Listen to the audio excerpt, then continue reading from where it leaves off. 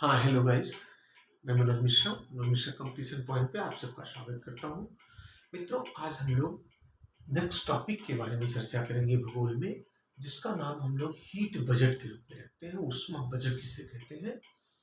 इसके पहले की जो क्लास हुई है उसमें हम लोगों ने पढ़ाई किया है कि सूर्य तक और सौर विकिरण के अंतर्गत उसका स्पेक्ट्रम कैसा था। तो हम लोगों ने देखा कि सूर्य से आने वाला जो तापमान है, जिसे हम सूर्य तप कहते हैं, वो एक निश्चित क्रम में पृथ्वी पर आता है। और हम लोगों ने जाना कि 51% उसका भाग पूरे सौर तापमान का वह पृथ्वी की सतह पे आता है। और उस पृथ्वी की सतह पे जो आता है, बाकी 49% कहाँ जाता है? तो पूरा 100% के आने और उसका 49% का रास्ते में ही खत्म खर्च हो जाने, इस 51% का पुनः वापस जाने के क्रम में 100% का आना, 100% जाना।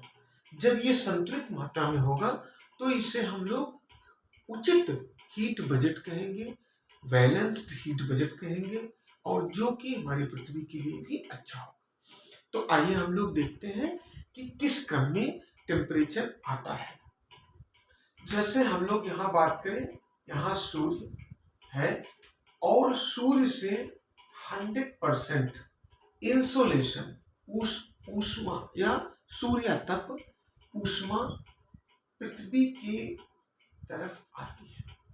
और यह 100% इंसोलेशन की मात्रा में से कैसे कैसे ये खर्च होती है, जो कि एक बजट कहा जाता है।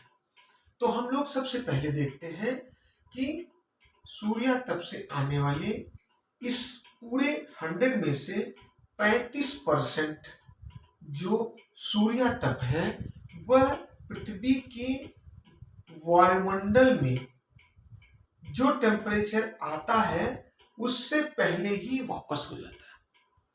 जैसे हम कहें कि पृथ्वी के वायुमंडल की ऊपरी सतह से ही 6% ऊष्मा या सूर्य तत्व बाहर निकल जाता है। इस वायुमंडल में एंट्री लेने से पहले हम लोगों को पता है कि हमारा वायुमंडल 1000 किलोमीटर तक फैला है मित्रों। तो 6% यही वायुमंडल से बाहर निकल गया और 27% ये जो बादल हैं हमारे वायुमंडल में, उनसे रिफ्लेक्ट करके ये 27% ऊष्मा या सूर्य तक चला गया। और फिर इस पृथ्वी के जो बर्फ वाले क्षेत्र हैं, इन बर्फ वाले क्षेत्रों से सूर्य तक 2% की मात्रा सीधे तौर पर वापस हो जाती है, रिफ्लेक्ट हो जाती है। तो ये सीधे जो प्रकाश आता है उसका ये 35% सीधे तौर पे सूर्य तक का अंतरिक्ष में फिर रिफ्लेक्शन हो जाता है, परावर्तन हो जाता है। अब हम लोग इस 35% के अलावा जो रेस्ट 65% बचता है, उस 65% में से हम लोग देखते हैं उसका क्या होता है। तो 65% में से 14% की मात्रा ये पूरे वायुमंडल के द्वारा अवशोषित होती है, ये 14%। और 51% की मात्रा यह पृथ्वी की सतह के द्वारा अवशोषित होती है, जैसा कि हम लोगों ने पिछली कक्षाओं में भी जाना।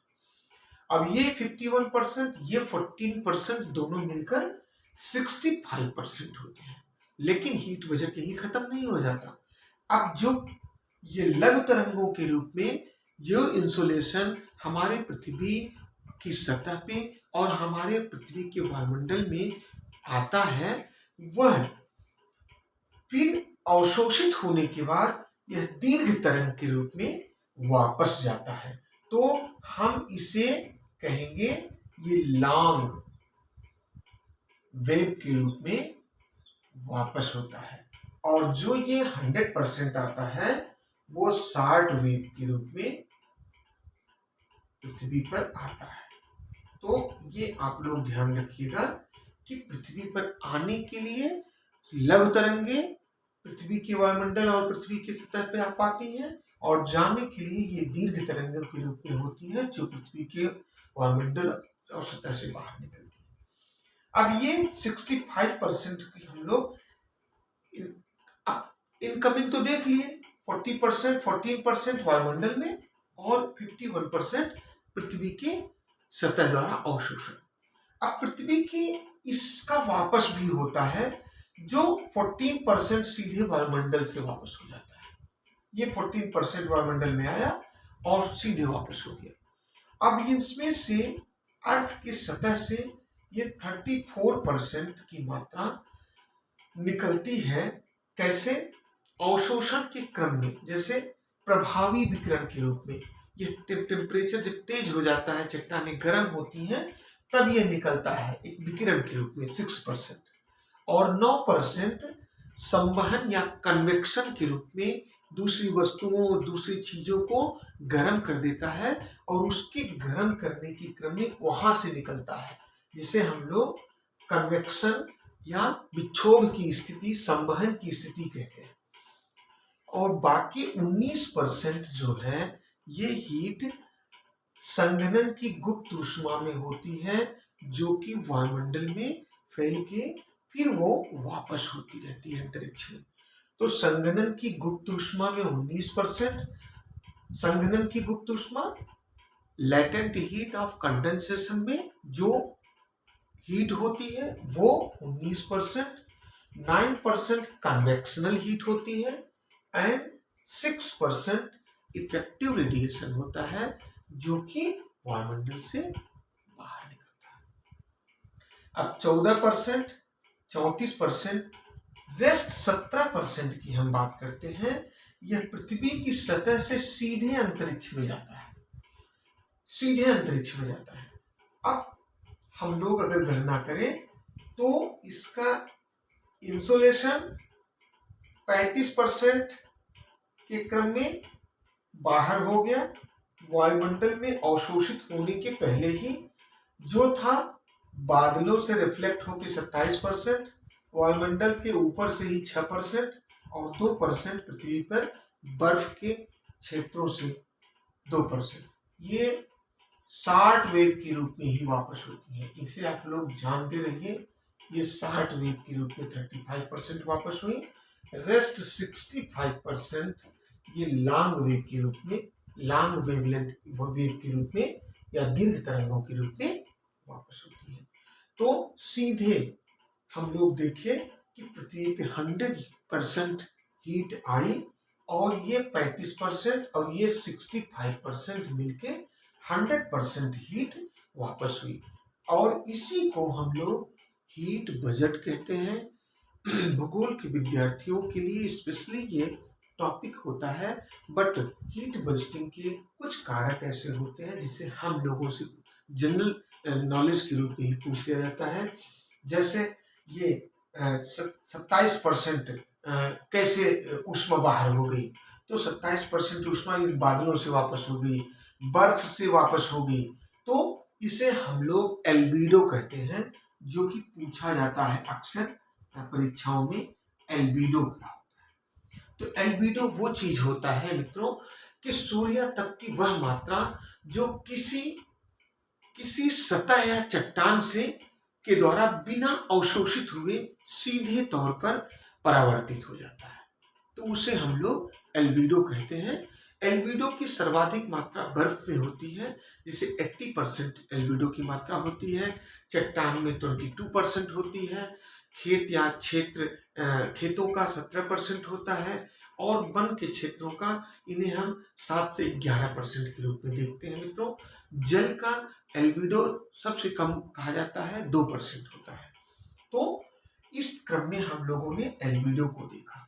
ये हीट बस्टिंग को आज धूल, कार्बन डाइऑक्साइड की अधिक मात्रा और ये बढ़ता हुआ पोल्यूशन इफेक्ट कर रहा है, जिससे हम लोगों के पास 60 वेव के रूप में ये तरंगे आ तो जाती हैं हीट की, और वो बाहर नहीं निकल पाती हैं, क्योंकि कार्बन डाइऑक्साइड जैसी गैसें ग्रीन हाउस इफेक्ट काज करती हैं। उनकी अधिक मात्रा इनको अवशोषित कर लेती है और वो वातावरण को गर्म करती है।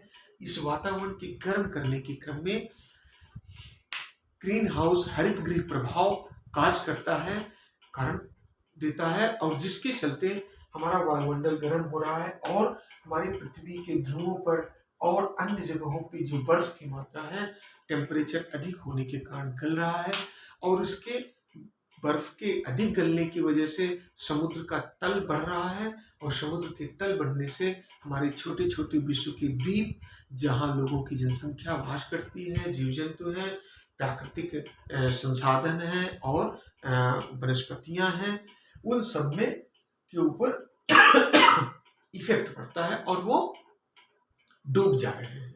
तो इस क्रम में हम लोग ने आज हीट बजट के रूप में जाना कि ऊष्मा बजट कैसे 100% इंसुलेशन होता है और कैसे 35% बाहर से ही शॉर्ट वेव के रूप में और 65% लॉन्ग वेव के रूप में बाहर होती है। तो आज हम लोगों ने मित्रों इस टॉपिक को यही कंप्लीट किया। हम चाहेंगे कि आप इसे लाइक करें, शेयर भी करें, सब्सक्राइब करने के साथ। Thank you.